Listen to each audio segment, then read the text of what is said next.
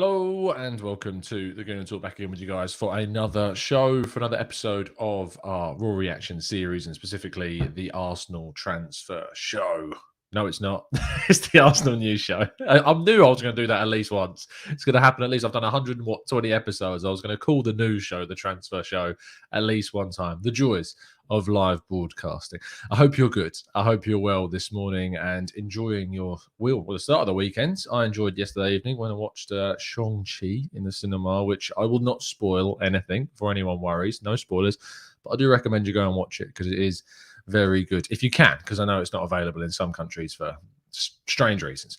Yeah, do go watch it. Very good film, and it allowed me to kind of, when you're watching, I'm not a big fan of like the adverts and the trailers part of that. I don't know if that's weird, but it did enable me while they were going on to kind of read through some Arsenal news to get prepped for today. But don't worry, the mobile was off when the film was going on. But during the trailers and adverts, just learning more about football, just better time, better use of my time, basically. Anyway, I hope you're good, hope you're well. Please do drop a like on the video. Please do subscribe to the channel if you are new around here with those notifications turned on so you never miss a show. Good morning, Yanis. Good morning, Chris. Good morning, Cameron. Good morning, Scott. Hashtag TGT sneeze. Not feeling it yet, but you never know. It might sneak up on me throughout the show.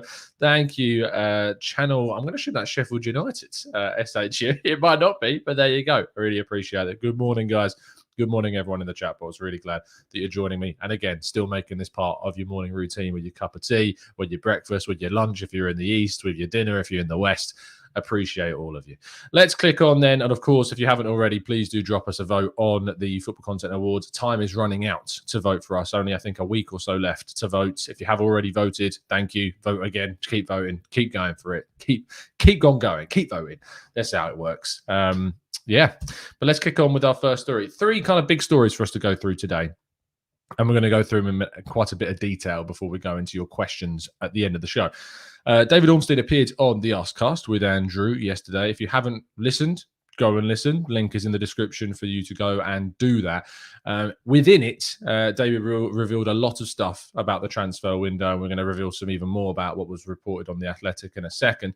But what we're going to focus in on specifically is just a couple of quotes in which David Ormstead basically revealed that the strategy that is being put in place for Arsenal's transfers is very much towards that man. On the far side, you can't really see where I can't even see where I'm pointing, but the other side, Mr. Edu is the main guy behind this, and he has supposedly very much kind of looked towards a young revitalization of the team, and that there would be an element of weathering the storm, and I use these as quote marks rather than sarcasm, about where we are right now as a club. And we are weathering a storm, it seems. We're not even weathering it, to be honest. We're being battered by it, to be fair.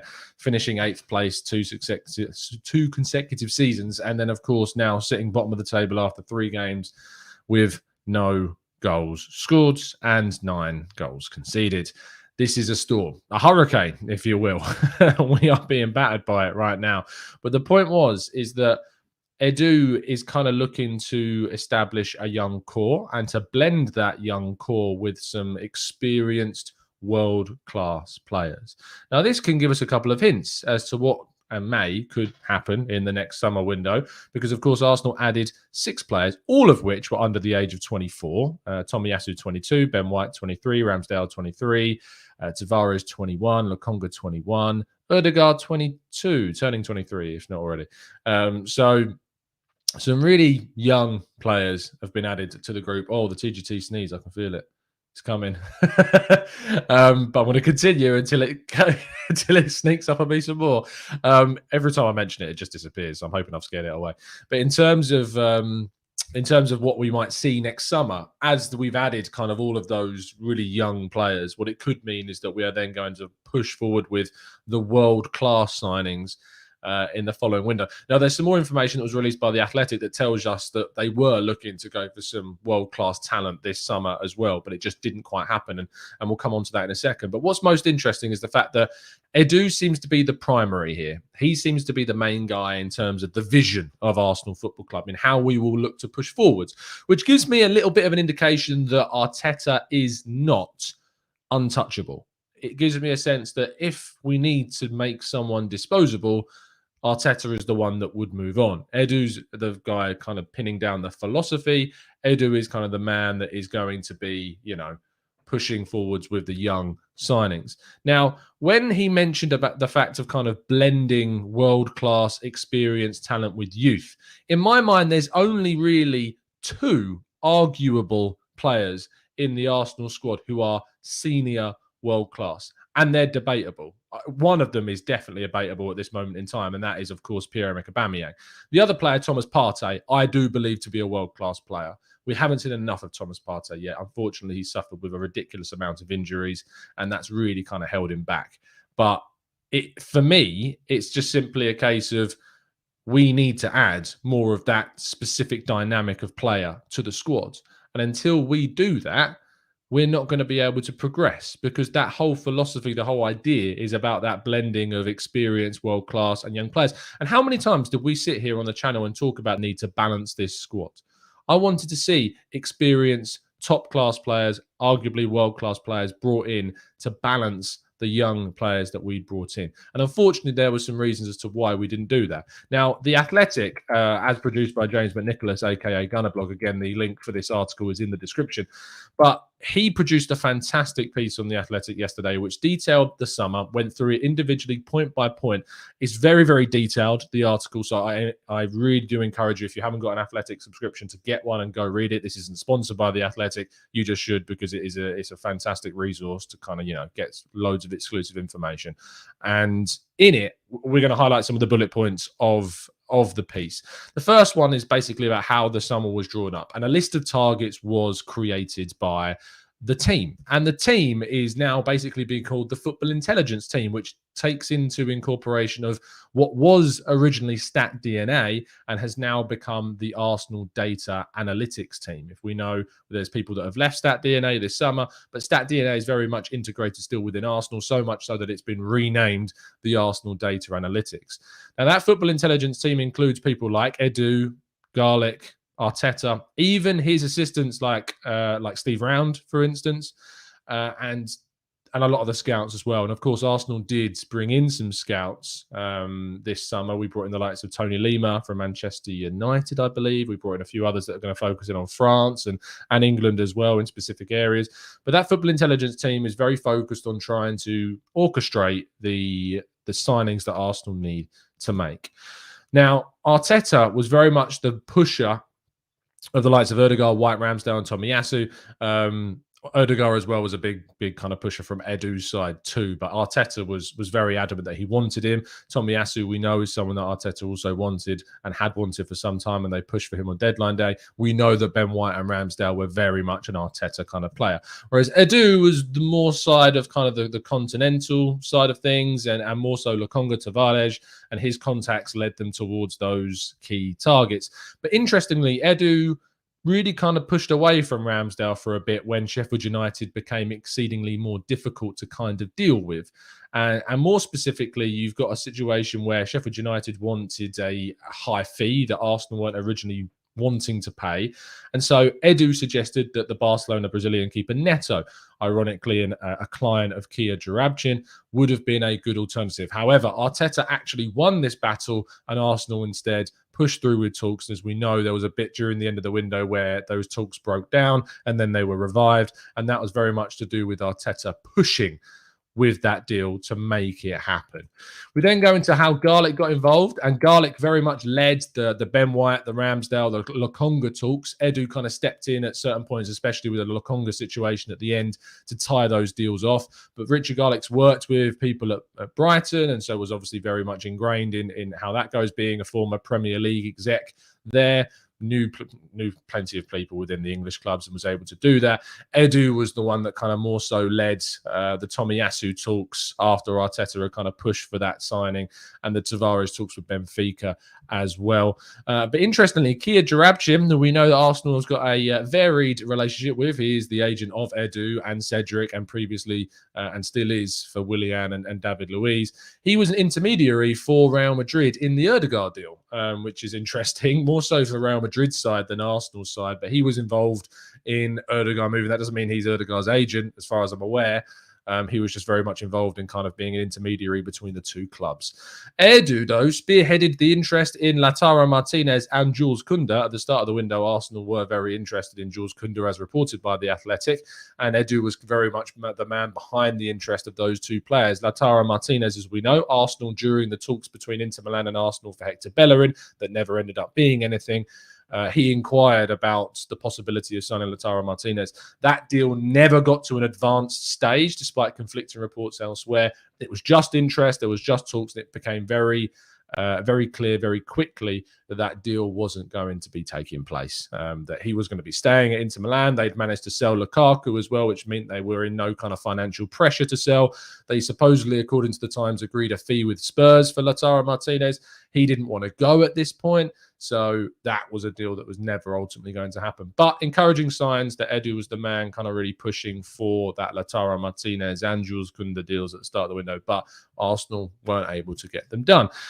Garlick was then kind of the man that sorted out player contracts, and really interestingly, an additional year in those player contracts. So all of the players that we signed this year have an option for an additional year to be activated within their own contracts. This is basically a strategy that Arsenal are putting in place to try and give them more control over player contracts, giving them that little bit of wiggle room if they need it. And that's certainly something that we're seeing happen right now. It's also something that we still need to be kind of assured about. But with the way that we're approaching these deals, it would be a fairly good assumption that the contract renewals for both Smith Rowe and Kieran Tierney could, and I say could, also includes that year option, but it's something that does need to be confirmed. But it's something that Arsenal are pushing through, is including kind of this year option on top of the current deals that we agree with them. Now, one of the things that was highlighted in the article was about the sales and how Arsenal struggled with the selling of players, and the line of impossible to sell a player no one wants to buy was included. And it's something that we've talked about a lot on the channel, is that it is ultimately impossible to sell a player that no one wants to buy. The retort to that would be, say, well, lower the value of that player, lower the market value, but it gets to a point where you are just undermining your own reputation even more than Arsenal already have. The deal for Roma and Granit Xhaka just got to a stage where Arsenal weren't willing to let a first-team player leave for the really meagre fee that Roma are offering for Granit Xhaka, and that's why that didn't happen. Whilst it wasn't actually detailed in the piece by The Athletic, so I'm assuming they don't have the information to confirm whether this was the case or not. But we did hear from a number of sources outside of The Athletic that Arsenal had agreed a fee with Crystal Palace for Eddie Nketiah, but it actually was his personal terms that kind of stopped that deal from happening. So that was kind of something slightly different. But rather interestingly, Arsenal did really struggle with this. I think they definitely kind of waited until the end of the window, see if that would have caused any teams to kind of rise up and really push for some of those deals, knowing that at the end of the window, Arsenal might be a little bit more kind of free and malleable to sell at certain prices that they wouldn't have been certain months prior to this happening. And that ultimately left Arsenal in a place where they had then to loan players out last minute, like Bellerin, like Reece Nelson, etc. And Nketiah ended up staying. So Kolasinac ended up staying because no one came in for him that was of like an offer that they were willing to accept. Fenerbahce, we hear from the Fenerbahce president, they offered something towards, say, Kolasinac, just kind of interest. His agents and representatives said they wanted a certain figure. I think it was around 3 million euros a year, which they just weren't willing to go for. So that didn't happen in the end either. Xhaka's contract, interestingly, was actually a clause in his last deal that they triggered. So it wasn't like, from what I'm aware and from what I've understood from the article, it wasn't like a prolonged contract negotiation. It was actually a clause in his current contract that they were able to extend that to 2024. Whether or not that year option that's included to take it to 2025, I'm not sure, but they definitely activated a year clause in his deal to extend it by the extra year, so it's a solid 3 years at least. But I don't know whether or not they've argued or they've negotiated that additional option that would take it to 2025. But what we're aware is that it's a 3-year additional, currently it's a 3-year contract, 1 more year than he was already on, with an extra year as an option to take him to 2024. But that was interestingly actually a clause that they triggered in the old Granit Xhaka contract. So that's some really interesting information on that. Had Arsenal managed to sell more players like Xhaka to Roma or Nketiah to Palace, they would have signed more than 6 players this summer, was one of the kind of analyses that James McNicholas came to at the end of his piece. This is something I tend to agree with. Arsenal were only able to sell Joe Willock during the window. Had they been able to bring in a lot more money, and if you think about the players that Arsenal were willing to let go of, Nketiah, Nelson, Torreira, Bellerin, Saya, Kolasinac, all of these guys, if they'd have managed to move them on for genuine fees, then they would have been able to get them in. Interestingly, Matteo Guendouzi is obviously left on loan, but from what we're aware of, this is a compulsory buy option. There is no Guendouzi returning after this loan. It is a compulsory £9 million buy clause that will kind of activate at the end of the season. So Guendouzi, as far as we're aware, is an absolute goner. No matter who, if the new manager comes in, he will go to Marseille at the end of the season. Saliba, slightly different. We'll wait and see at the end of the season how that changes. And finally, it points towards central midfield once again and striker being at the absolute centre stage of the coming summers. They will be the 2 key positions that Arsenal invest in. And if we are looking at the way in which we want to balance the squad, 6 players in centre back, right back, left back, goalkeeper, centre mid, and attacking midfield, all of which were under the age of 24. That points towards the blend of world-class players that Edu is supposedly wanting. And so therefore, next year when Lacazette leaves, and when possibly, when El Neni will probably leave next year as well, unless he leaves this summer, they will look to strengthen those 2 key positions, most likely with a senior, experienced player. That is what Arsenal will be looking at for those 2 positions, and could be the marquee summer that a lot of Arsenal fans have been calling out for some time. However, that is at the moment just conjecture, shall we call it. And that rounds up the Athletic article. Of course, there's a lot more detail, a lot more to discover within the article itself. This is just kind of a fly through, if you like. Link to the article is in the description, so please do go and check it out. Now, I released an article yesterday that I said I was going to release over on Football London for the Fan Brands team of Reach. My interview with Ben Jacobs, sports journalist and expert into all things football and sport in general. Ben is an incredibly knowledgeable person. I spoke to him via Zoom. He was currently in Japan covering the Paralympics over there, but has spent years working, living in Doha, in Qatar, and knows that so well. And speaking from him, it was very obvious that he was very much in the know. Without, I hate that turn of phrase, but he knows his stuff about this thing. And so I was able to do an interview with him. So the link to this article is in the description. I saw quite a few people of you have read it and retweeted it. So thank you ever so much for that. Have shared it. If you haven't read it already, please do. But it revolves around kind of the whole situation that we was aware of, I think it was just over a week ago, in which Khalifa bin Hamad Al Thani, who is the guy tweeting a lot of things about Arsenal, very cryptic on Instagram and also on Twitter, and obviously caused quite a stir. And quite rightly, because when you've got a fan base like Arsenal that are desperate to see change of ownership, if there's anyone of any kind of wealth or stature putting themselves in a position where they would like to buy Arsenal immediately, that is going to cause quite a stir. We know from the Daniel Ek scenario that Arsenal fans got very, very much, very, very hyped about the idea of Arsenal being sold, as you would, because, we're all cronky out at this stage and we all want to see Arsenal's ownership change because, frankly, under their tenure, we have regressed and we want to see change. Unfortunately, for those that were in the court of wanting the Qataris, or specifically Al Thani himself, to take over the club, that looks exceptionally unlikely. Exceptionally unlikely. There's a number of reasons why I wanted to go into it. I said to you we covered this before, and I have to hold my hands up. In the last show, I got it very, very wrong in regards to who I was talking about, and that same confusion about who is who in kind of the big scheme of things. Al Thani is not the brother to the Emir of Qatar, for starters. He is the person we're talking about here is on a completely different branch of that royal group.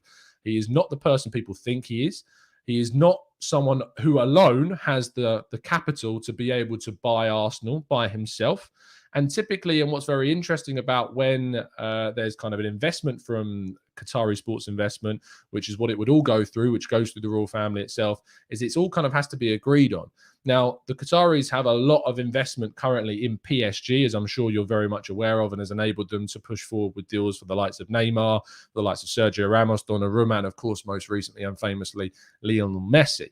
It doesn't make too much sense for Arsenal to be part of that investment group right now, and there are a number of reasons as to why. If you want to find out the really in-depth, detailed stuff, please do go read the article, and it will give you all the insight that you need, but we'll give you some of the clear bullet points. The first off is that this just seems to be a bit of a social media show.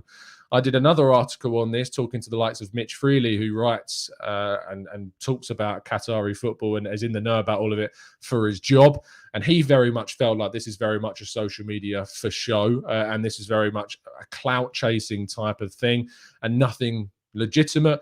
People jumping onto, I think I've seen Twitter spaces to try to give people false hope.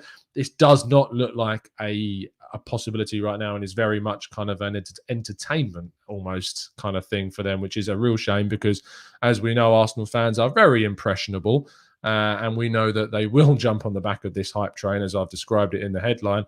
And unfortunately, a lot of people have jumped on the back of it. Now, this is one of the reasons why I wanted to speak to Ben Jacobs about this and ask him as to the clear reasons as to why a Qatari takeover of Arsenal would not happen. Leave aside all the social aspects of it. Let's just talk about the facts. Why would a Qatari takeover of Arsenal be so unlikely? The first thing is actually about Arsenal's market value. Arsenal's value in the market right now has never been lower in the whole entirety of kind of when you think about the KSE taking over. Arsenal currently sit in back-to-back 8th place finishes without Champions League football, with a very young coach, a very young executive board, in complete what I would describe as disarray at times. An unbalanced team that have finished, as I say, 8th and are currently bottom of the Premier League table. Arsenal, in terms of itself, is exceptionally, it's attractive in the sense that it's one of the big 6. They're in London. They have a global brand and fan base. But in terms of when you would sell your asset, this for KSE is one of the worst possible times for them to sell. It would make no sense for them to sell. And for an investor's point of view, if the Kroenkes were going to sell, they would want well over what Arsenal is currently valued at, which is believed to be somewhere between 2 and 3 billion pounds. I don't think that any right-minded person would invest in something that is far, far below, even at these figures, far, far below what it is actually worth. Rich people get rich by making decisions to put them into a place where they're not losing money. Like, let's be real. They don't make silly decisions regarding their money. Otherwise, they wouldn't be rich. And so they're not going to invest in something right now that is at the lowest possible value and yet will still be going for a ridiculously high fee. It would make no sense. So you have to consider the market value of Arsenal as opposed and in conjunction with KSE's selling point, which is far and away higher than that. You also think back to when Daniel Ek posted that tweet about the whole Kroenke telling, Josh Kroenke said to them that they don't need the money. Again, they don't need the money. And if they are going to sell, it's that kind of situation breeds a situation where you would find an exceptionally high figure being needed for them to sell. Going on to the next point is the Emirates Association. Now, Fly Emirates have obviously been involved with Arsenal since 2004 when they struck the deal with the club for the naming rights to the stadium and the shirt sponsor. They officially became the kind of the face of Arsenal in 2006 when the stadium was opened and that shirt sponsor began. We were still with O2 up until the end of Highbury's existence. And of course, Emirates then took over. Emirates is a UAE-based corporation, company, business, whatever you want to call it. And that is a bit of an issue because of the issues that are associated between Qatar and the UAE. So one of the big things about Qatar right now is the World Cup in 2022. And so to be able to promote that through tourism, through Qatar Airways, through flights, through companies, anything that's going to be associated with the Qatar 2022 World Cup and tourism, a lot of that would come through a deal with Arsenal trying to promote tourism, trying to promote that side of things. And so because of the Emirates Association, that really makes things difficult, really does kind of, it's a lot of friction. Read the article, read what Ben has to say, and it will explain any questions that you've got, unfortunately. And then the last point As I say, this is a whistle-stop tour, so please make sure you read the piece because it explains it way better than I can, just speaking to you off the back of kind of just reading it and writing it. The Premier League resistance, and this is where kind of Newcastle comes into things. Newcastle, of course, have had a proposed takeover from Saudi Arabia, I believe, pushed back. I think it's been deferred until at least next year, where talks will continue.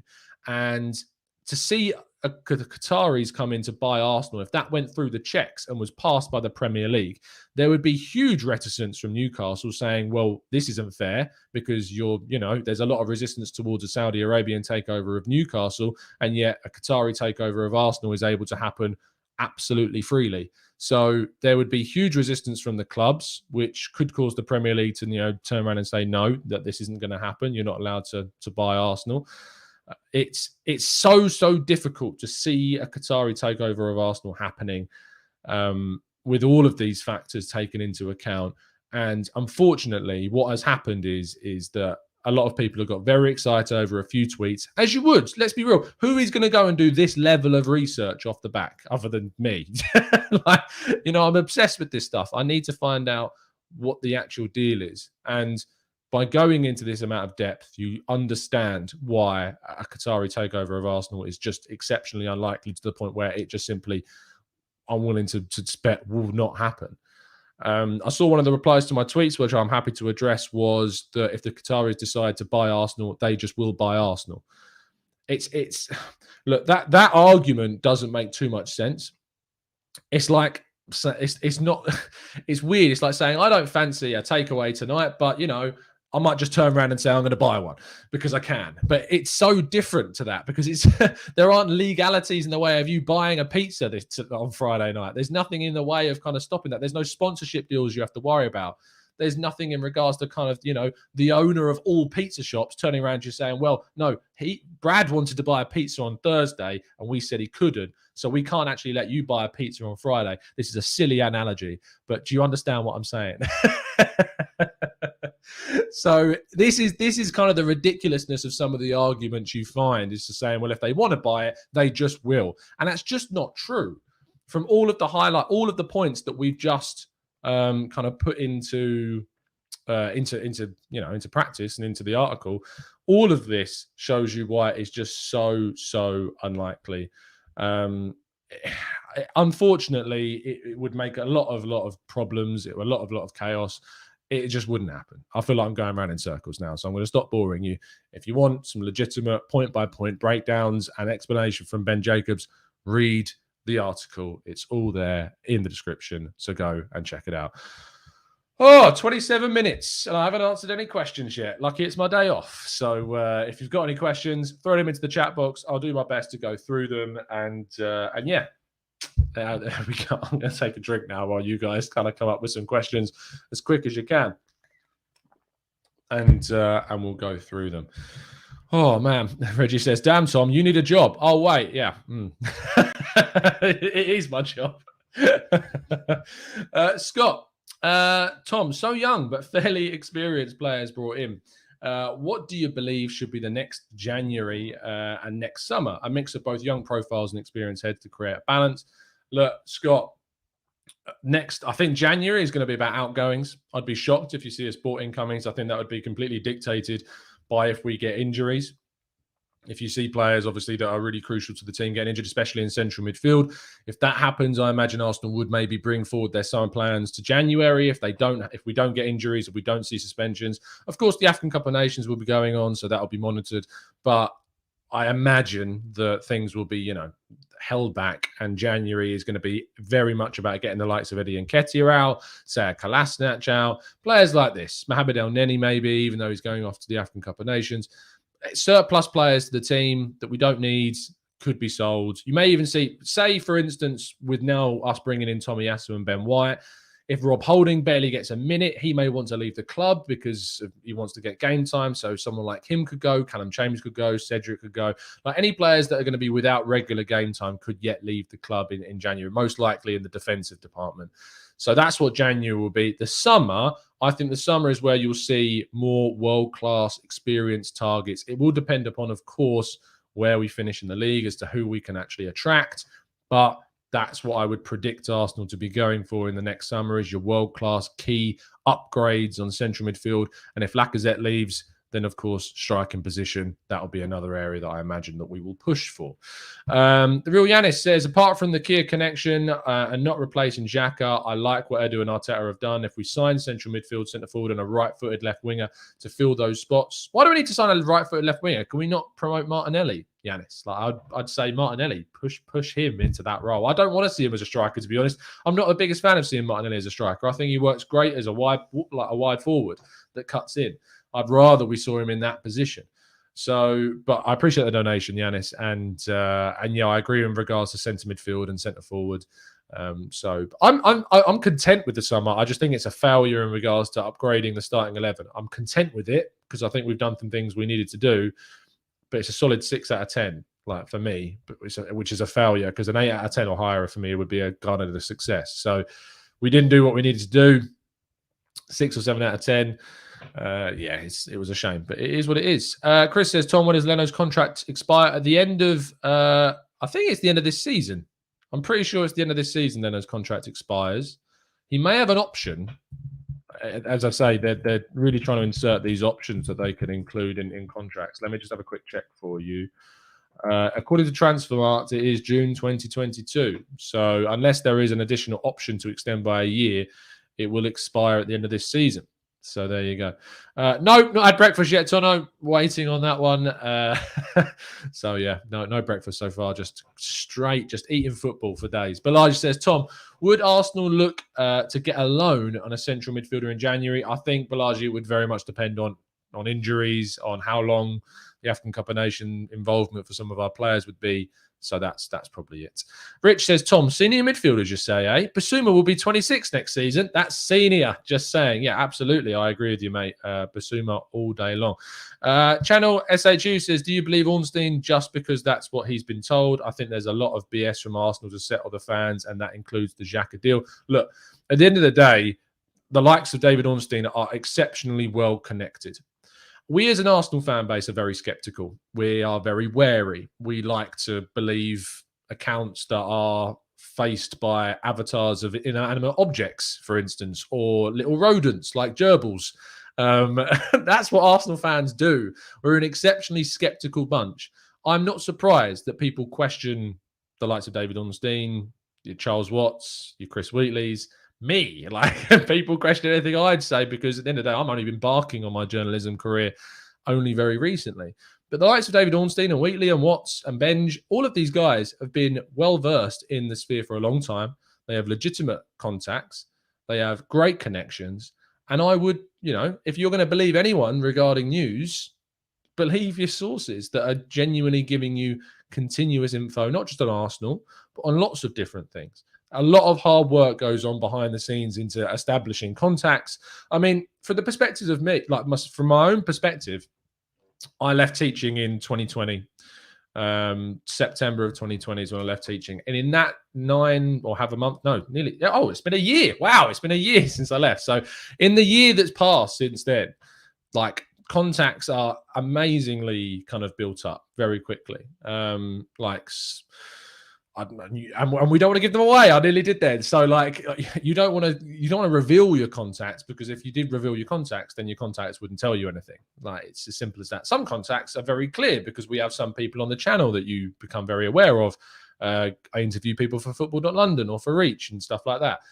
You don't reveal your contacts, because if you do, you wouldn't be able to rely on them for info. Why would a contact tell you anything else if you've outed them? It makes no sense. So, my least favorite reply to a tweet is when someone replies saying source ? Why would anyone reveal it? Why would you reveal your source? It would make absolutely no sense. And that obviously breeds a situation where you can get, as we like to do, talk about on the channel, where you get ITKs, because people that are legit aren't going to reveal their sources. So if you're absolutely fake, like we've highlighted with all the ITKs that we've looked at throughout the summer, you don't have to reveal your source, because it's the same as what the people who actually know what they're talking about won't either. So it's a really strange situation, but I would always guide you in the direction of believing those that are legit, are with genuine sources and with publications as, you know, as the best as feasibly possible, and to give you the best bet of getting information that is credible. So I hope that answers your question. I went into a lot of detail with that one. Let's go to let's scroll up a little bit more. Jacobus says, morning Tom, I just wanted to know if the extra year is triggered, is there an increment in the wages as well for the player?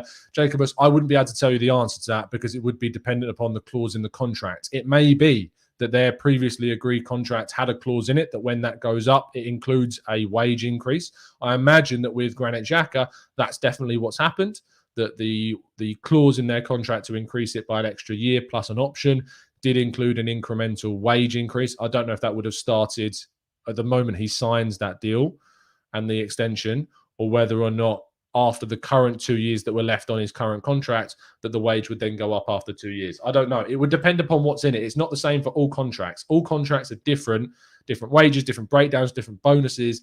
Everything is different. So I wouldn't be able to tell you, I'm afraid, Jacobus, without actually having seen the contract or hearing from the agent specifically, which I don't have a direct line to Granit Xhaka's agent. Constantine says centre midfield next year. I think we will have Lokonga and Aziz at centre mids next to Partey and Xhaka. It depends how Aziz gets on. Charlie Patino is incredibly, his development is incredibly accelerated. It's so fast how he's improving. Playing with the first team the other day, impressing massively. He could be your next Bukayo Saka coming through. Really, really excited about Charlie Patino coming through. Let's scroll down. What's an ITK, Johan? It's someone we like to describe as in the know. It's quite satirical at times to be described as that because they tend not to be in the know, but they're claiming to be in the know. So that's what it means. Rich says, I'm skeptical because we have so many big players leaving on a free next season, which could raise 50+ million pounds if we sold all of them, 6 of them in and around the first team. That's a lot of money lost. Absolutely. And Arsenal are unfortunately going to be in a position where they are losing money because we've invested so poorly over the last 10 years. We're going to see a lot of players leave for free, and we are going to need to gradually turn things around. This summer was the beginning of that. Investing in 6 players all under the age of 24 enables you to bring in players that have sell-on value, that you aren't at risk of losing for free. I have worries about how the man management of the situation works when you see someone like Guendouzi, 21 years of age, loads of potential, got his issues. We're losing him for £9 million at the end of this season. That's not good enough. And that's how you manage players. Saliba, we invested 27+ million in him. Are we going to see anywhere close to that if we let him go? Who knows? But it's a worry. It's a real worry how we are managing our players right now. Thanks, Thracian. I appreciate the support you're giving in the chat. It's not gone unnoticed, mate. Do drop a like on the video, guys, if you're enjoying the content, and subscribe to the channel if you're new. We're doing your news updates on Arsenal almost every single day, so please make sure you do tune in. Venkatesh says, Tom, which position do you want to see improve next year other than centre midfield? Striker has to be the position next year. Like this season, I was fine with it. We have Lacazette and Aubameyang. Next season, Lacazette leaves. Aubameyang has 1 year left on his deal, and Nketiah will have gone too. Striker has to be the focus. Dominic Calvert-Lewin's my choice. He's the one I want to see come in. I think Arsenal would need to have obviously beaten Everton in the league table and probably got themselves European qualification. DCL is my guy. He's the one I'd like to see Arsenal go for. Absolutely. I like this train of improving the homegrown quota, and he's a quality player, and he's showing that at the start of the season with Everton already. Reggie says, do you think the AFC Bell sold his account? He didn't sound like the same person this summer. Look, who knows? Who knows? I thought that the account got a lot wrong and was very vague this summer, and I've been very publicly kind of critical. But yeah, maybe. Who knows? Who knows? But there was a lot of stuff that weren't bang on, or that was quite reactionary and that came out after other reports had already came out. The Madison thing was kind of the only real thing, and that was quite guessable. Like, we talk on the channel a lot about how you guess transfers. I mean, I wrote a piece, as you guys know, at the start of the window about how to avoid being fooled by ITKs, and I brought up that Bellerin is a good guess to be linked to Inter Milan, and a few weeks or however long it took later, he was linked to Inter Milan. So it's Is what it is, really. It's funny how people jump on the back of things. Like, I mean, I did an article for Football London about kind of the players that Arsenal could target from Serie A, and I talked about Andrea Bellotti. There were no one was talking about Andrea Bellotti like as a genuine link, because there were no genuine links. It was a suggestion in an article about the Serie A strikers that Arsenal could look at after, say, Vlahovic or Martinez. Bellotti was suggested, and I think 2 days later, a publication. Oh, I've got no arm. 2 days later, there was a report, and we discussed it on the transfer show that Bellotti was linked to Arsenal. So it is funny how you just see these things kind of crop up. It's just the way of the transfer circus that it is. So there you go.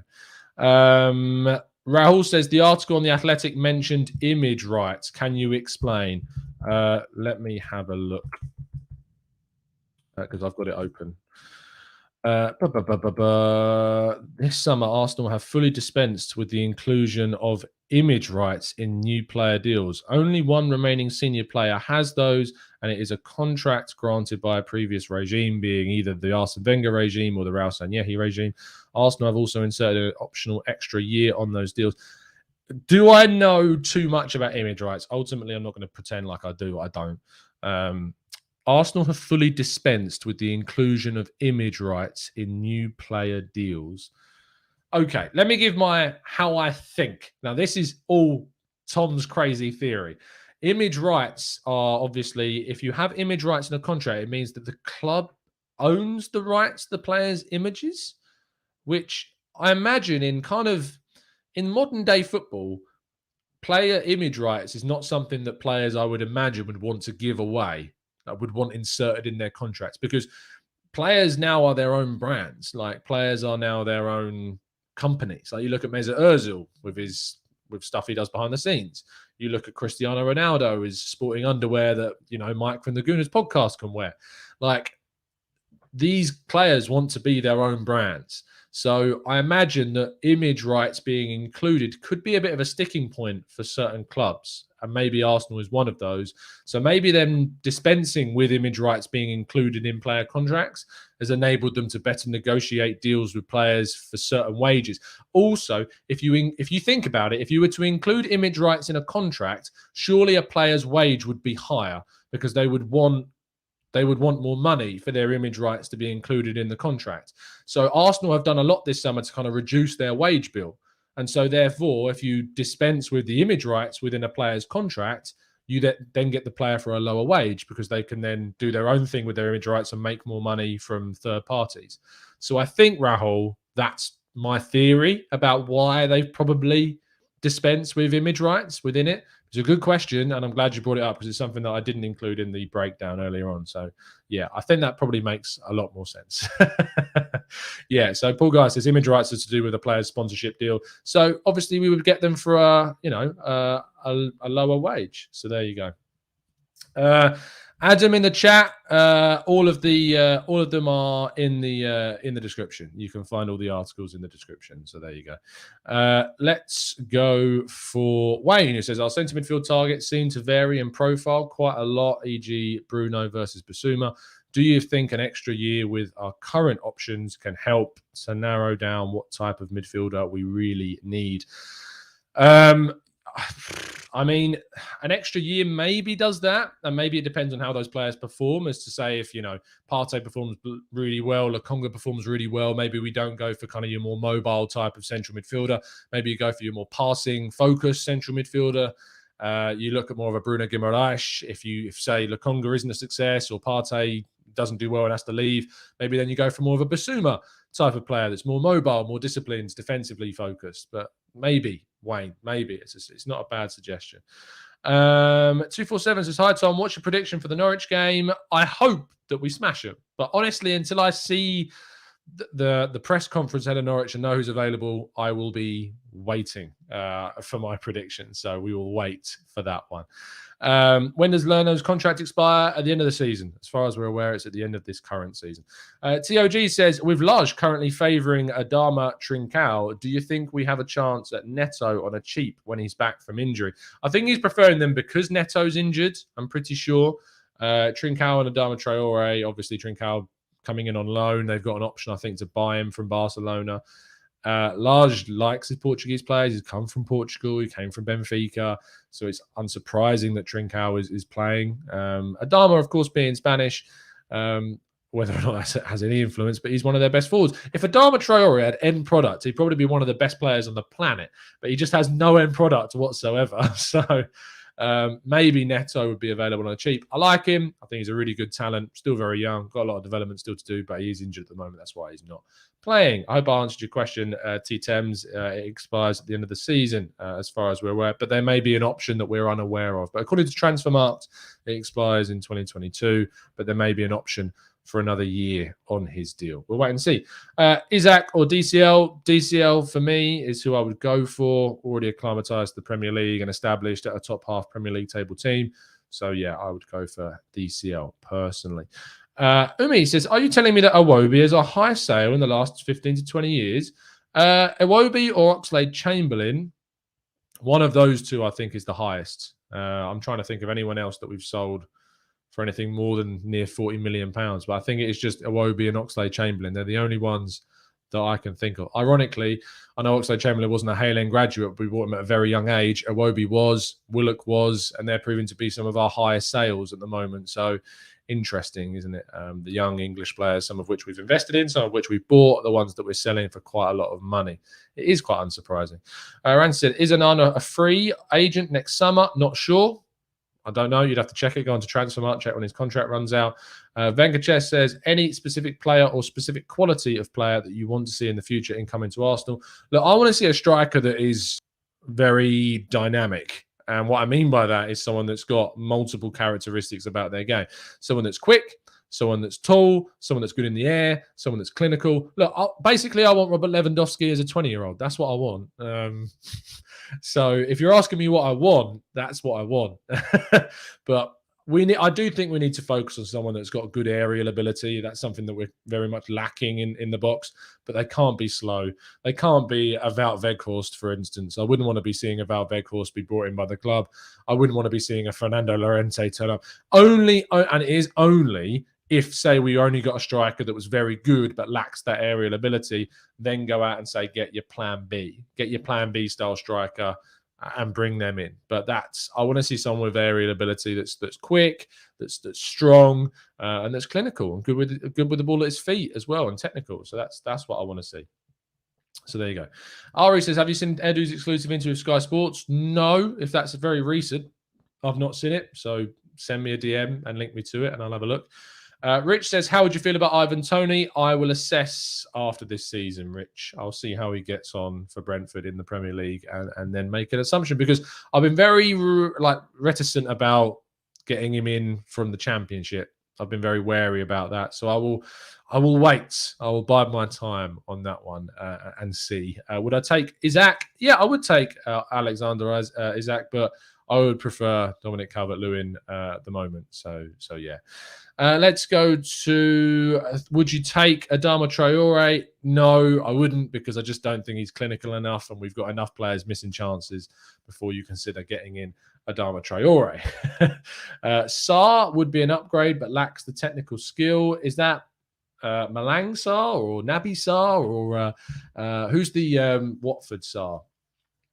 I've forgotten his name. The chat box going to be exploding in any second, telling me who he is. What's his name? Tell me, chat box. That's really bad. You'll tell me in a second. 24/7 says, Patrick Vieira at Crystal Palace. Are you worried? No, I actually worry for them. Ismaili Sarr, thank you. Ismaili Sarr, thank you very much. That's his name. Would I take him? I'll see. Yes, okay. Ismaili Sarr is coming up massively now. I'll see how he gets on. Liverpool were linked with a move for Ismaili Sarr. I think they saw him as a bit of a depth replacement for Xherdan Shaqiri. So, yeah, it's possibly. We'll see how he gets on at Watford. I'm tempted to put him in my fantasy team because he's a threat and he's getting a couple of points. But Watford are very unpredictable at the moment. So I might hold fire on that one. The wild card is a real tempt this international break. It's a real tempt. In fact, I'm not going to tell you how we're doing in fantasy football. We do have a league, by the way. Link is in the description for our fantasy league. Daniel Robert, whenever Daniel Robert's not doing well, he doesn't pipe up in the chat. When Daniel Robert's doing well, one of our members, he does pipe up in the chat. So I assume by him not piping up in the chat recently, he can't be doing too well, but I've not checked the league. So we'll wait and see. Get involved with our fantasy league if you haven't already. Yes, it's good fun. And at the moment, my old boss is top of the league, Benjamin Newman. If you're watching, formerly of 101 Great Goals, he's currently top of the table. So if someone's got to knock my old boss off the league table, please, would be much appreciative. Can't have a Crystal Palace fan winning the TGT league. Do not want that at all. Let's go to, hi, Tom. Is it okay if I'm cronky in? Look, is it okay if you're cronky in? I don't agree with you. At the end of the day, you have an opinion, and your opinion's whatever you want your opinion to be.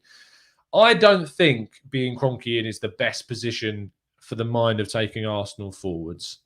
My opinion is that we need to sell, that the owners need to sell, and that we need a new owner to progress this club forwards. But I'm never, ever going to sit down and tell anyone that has an opinion that's not abusive or any of the, derogatory stuff. I'm never going to tell you that it's not okay to have an opinion. It's your opinion, own it, explain it. As long as you can back it up with genuine evidence, go for it. But I don't agree with you. I don't agree with you whatsoever. But yeah, I would strive for Arsenal to have a legitimate owner that would care about the club, invest in the club, that's got a clean history. I know that might be fanciful, but that's what I strive for, and that's what I would want to accept. So I'm not going to accept anything less, and I would not be happy with anything less. So that's where I stand on ownership. That's for sure. Taib says, Tom, do you think Arsenal should have gone for Ibrahim Sangala? He was linked for years. Yes, I believe he went to PSV, did he not? I know that Raf, one of our podcast regulars, is a big fan of him. Maybe. I don't know enough about him, so I couldn't comment on him whatsoever. Could I share a link? If you go into the description, Venkatesh, it's there. The link to the fantasy is right there. I can't share the link, so I can't copy it in here, but go into the video description. The link is right there. You'll be able to join you. It brings you into the league. So go and join the league. In fact, no, I can't find it right now. Maybe I'll find it later. Anyway, we're going to wrap things up there, guys. Thank you so much for tuning in. We've done a long show this morning, so I hope you've enjoyed it. It takes a lot to speak for 51 minutes and 35 seconds non-stop. So I hope you have enjoyed it. I'll be back. I won't be back today because I'm out. Actually, that's a lie. I might do a show around midday-ish before I go out, because I want to do a video, because it's international break, and it means I usually chat a load of rubbish about something random, and I want to address kind of the way the channel is and like how we are as a channel and the way I talk about things, because there's been a few comments recently like saying that I'm getting too negative, and I want to talk about that in a lot more detail and like how my stance is based upon Arteta and the club and where I'm at. Because I feel like people that are, maybe dipping for a show or two or are not liking the way I'm speaking about things because they like me being uber positive about stuff. Look, at the end of the day, I just speak my mind and I speak how I feel at the time. And if my mind changes, my mind changes. I've always been an advocate of saying, if you want to change your mind, change your mind. So I'm probably going to do a show about that a little bit later on today before I go out. No promises, but I'm going to try and do that. But thank you, chat box. I see you. I see all of you. Thank you for tuning in as always. Drop a like on the video. Subscribe to the channel if you're new. Drop us a like. Become a member. Join the Discord server with our members. They're a great group of people, and it was a pleasure meeting a few of them at the Emirates the other day as well. So I will see you again a little bit later on today. Fingers crossed. Have an absolutely fantastic day, and as always, up the Arsenal.